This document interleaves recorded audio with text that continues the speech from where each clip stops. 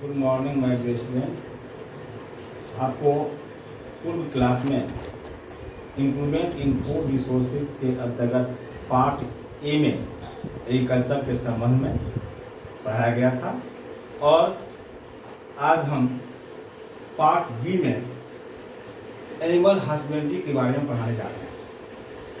Animal husbandry के बारे में ये है कि पशुपालन क्या है।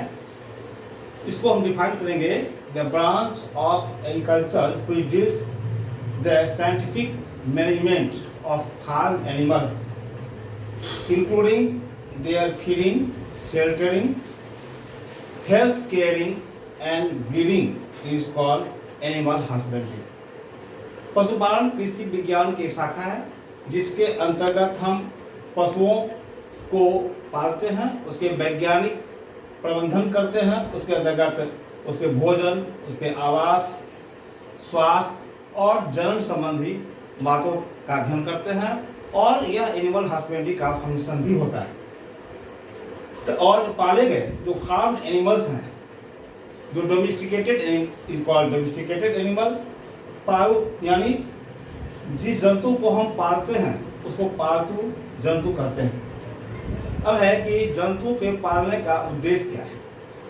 मानव जंतुओं को प्रारंभिक काल से ही पालने की कला को सीखा है और जंतुओं को पालने का कई उद्देश्य हैं। विभिन्न उद्देश्यों से जंतुओं को लोग पालते हैं, हम लोग पालते हैं। जैसे भोजन, यथा भोजन सामग्री अगर मिल्क है, फिश है, मीट या एग्स हैं, हनी है, इसके लिए उससे रिलेटेड जंतुओं का पालन किया जाता है। घरों की रखवाली करने के उद्देश्य से कुत्तों का पालन करना है।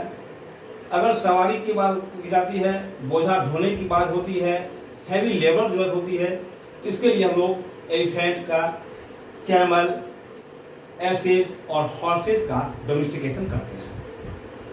अब है cattle farming. The farming of cattle for milk and labour is called cattle farming. It includes milk producing animals. It is done in India for two purposes. Bharat में इसके दो मुख्य उद्देश्य से ये कैटल फार्मिंग की जाती है। एक है फॉर गेटिंग मिल्क और दूसरा है for bullock labour for agriculture purpose. अब है कि मिल्क प्रोवाइडिंग एनिमल्स कौन है। Milk providing animals are cows buffaloes, goats and camels. All of these cow and buffaloes are main milk producing animals. इनमें से गाय और भैंस मुख्य दूध देने वाले जंतु हैं। Milk of cow is highly nutritious, containing large amount of proteins and vitamin A.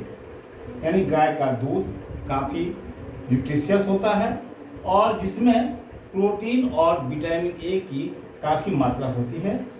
जबकि अगर तुलना की जाए बफेलो के मिल्क से, तो milk of buffalo is rich in fats, proteins, tocopherol means vitamin E, calcium and phosphorus and contains low concentration of sodium, potassium and cholesterol. It is good for preparing various eatables like घी, दही, Rabri and खोआ। अब है breeds of cattle. Cattle farming includes three main breeds. Cattle farming में तीन मुख्य breeds हैं। एक है drought breeds, दूसरा है डेयरी या मिल्क ब्रीड्स हैं और तीसरा है dual purpose breeds. Of a drought breeds, it is also called draft breeds, and these breeds are very strong and sturdy and provides a little amount of milk. ऐसे जो breeds होते हैं काफ़ी मजबूत, श्रमी होते हैं और ये बहुत कम मात्रा में दूध प्रोवाइड करते हैं। इसके बाद है डेयरी मिल्क। डेयरी या मिल्क ब्रीड्स है, these are highly milk producing animals. ऐसे जो ब्रीड्स हैं जिसे डेयरी या मिल्क ब्रीड्स कहते हैं, यह अधिक दूध देती है। और ड्यूल पर्पस ब्रीड्स है, these are intermediate breeds between draught and dairy और milk breeds.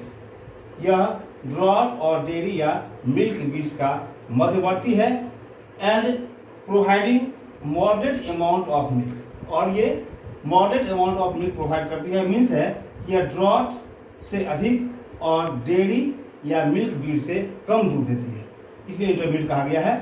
And the cattles are use for dual purpose, और ऐसे कैटल को दोहरे उद्देश्य के लिए उसको पाला जाता है।